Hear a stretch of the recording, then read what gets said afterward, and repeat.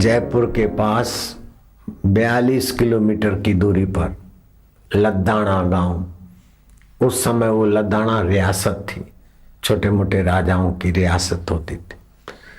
राजा बैठा था और एक मुसलमान कर्मचारी ने राजा को जो ही प्रणाम किया तो उसके गले की माला तुलसी की बाहर निकल आई। अरे ये माला कौन सी पहरी है? तुलसी की दिखाई दे रही है। जी अंधाता, तो हिंदू कब बना? अंधाता मैं हिंदू तो नहीं बना हूं, लेकिन हिंदू धर्म की महिमा का मुझे दर्शन हुआ है। अंधाता, मैं खुदा की कसम खा के कहता हूं कि मैं लदाना से अपने ननिहाल गांव में जा रहा था। सूरज ढलने को था। आध रास्ते, उस समय मिट्टी के रास्ते थे, जैसे अभी भी किसानों के गाड़ा मार्ग होता है ना, बैलगाड़ी के रास्ते। मुझे एक भयंकर काले छाया पुरुष दिखे, जिसे हिंदू लोग यमदूत बोलते। राजा साहब, मैं अपने गफ्फार बेटे की कसम खाकर बोलता हूं, उस डरावने पुरुषों को देखकर मैं जरा सिम गया। उन्होंने कहा तेरी मौत नहीं है, हम दूसरे काम के लिए आए हैं। अभी सामने से बैलगाड़ी भगाता हुआ किसान आएगा और ये जो खड्डा दिख रहा है ना गाड़ा मार्ग में, उसमें उसका बैलगाड़ी का पहिया जर्क खाएगा और बैलों के सिर पर जो घुसरी बोलते हैं, जो भी बोलते हैं, लक्कड़, वो टूट जाएगा। इसमें एक बैल ज्यादा उद्दंड है, उसको हम प्रेरित करेंगे। हम सूक्ष्म रूप में किसी के अंदर घुस के भी उसको प्रेरित कर देते हैं, प्रेरित करेंगे और वो छोरा बैलों को रोकेगा। बैल उसके वश में नहीं रहेंगे, उसे धक्का मारते हुए उसके पेट में सिंग घुसेड़ देगा वो बैल।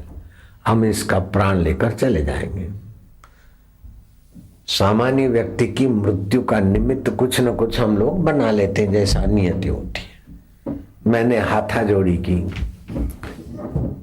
कि हे यमराज के कर्मठ दूतों, मैं आपको हाथ जोड़ता हूं,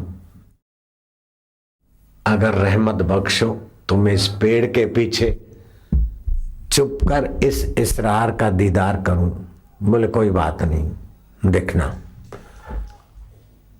मैं छुपा रहा और वो बैलगाड़ी आई आई आई और जैसा यमदूतों ने बताया ऐसे बैलगाड़ी का पहिया उस खड्डे में जर्क आया, घुसरी टूटी और बैल उदंड हुए। और किसान के लड़के को, जो बैलगाड़ी भगा के आ रहा था युवक, उसको उदंड उछलंक बैल ने सिंगड़ा भोंक दिया पेट में और वो मर गया।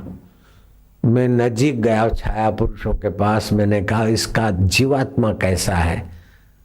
उन्होंने कहा ये जीवात्मा हमारे हाथ से चला गया, उसकी मृत्यु थी और नरक में ले जाना था, यम पाश में बांधना था, लेकिन जहां उसकी मृत्यु हुई वहां तुलसी का पौधा पड़ा था।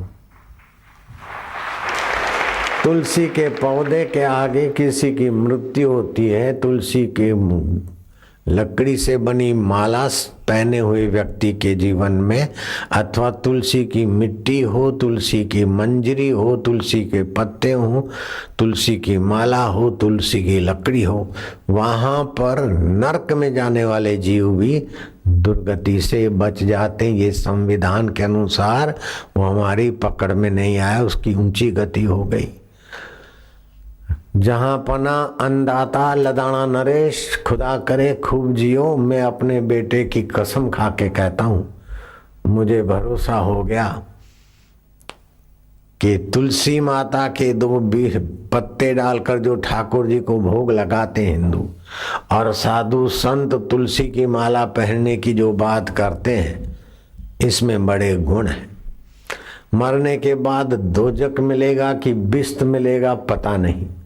दोजक नरक को बोलते हैं और बिस्त स्वर्ग को बोलते हैं।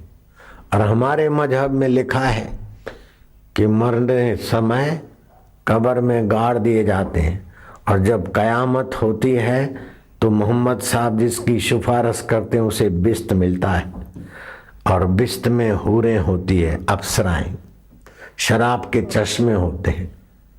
राजा साहब एक औरत के अलावा दुनियादारी की 2-4 हूरें मिल जाए तो आदमी की क्या दुर्दशा होती है। और शराब के चश्मे और हूरें मिलेगी तो बिस्त भी हमारा क्या भला कर लेगा। अब बिस्त जाऊं या दो जग जाऊं ये तो मुझे कोई भरोसा नहीं था, लेकिन कम से कम ये तुलसी की माला पहनी है, तुम्हारे भगवान विष्णु के लोक में जाने की तो परमिशन मिल गई महाराज। मैंने अपना धर्म मजहब तो नहीं बदला, केवल तुलसी की माला पहनी है। मैं आपको बताऊं तुलसी की माला के विषय में शास्त्रों में कहा है कि इसमें चुंबकीय प्रभाव है और आपके शरीर का रक्त प्रवाह अच्छी तरह से चलता है। ये हाई बीपी लो बीपी ये उन्हीं लोगों को होती है जो रुद्राक्ष और तुलसी के प्रभाव से अनजाने।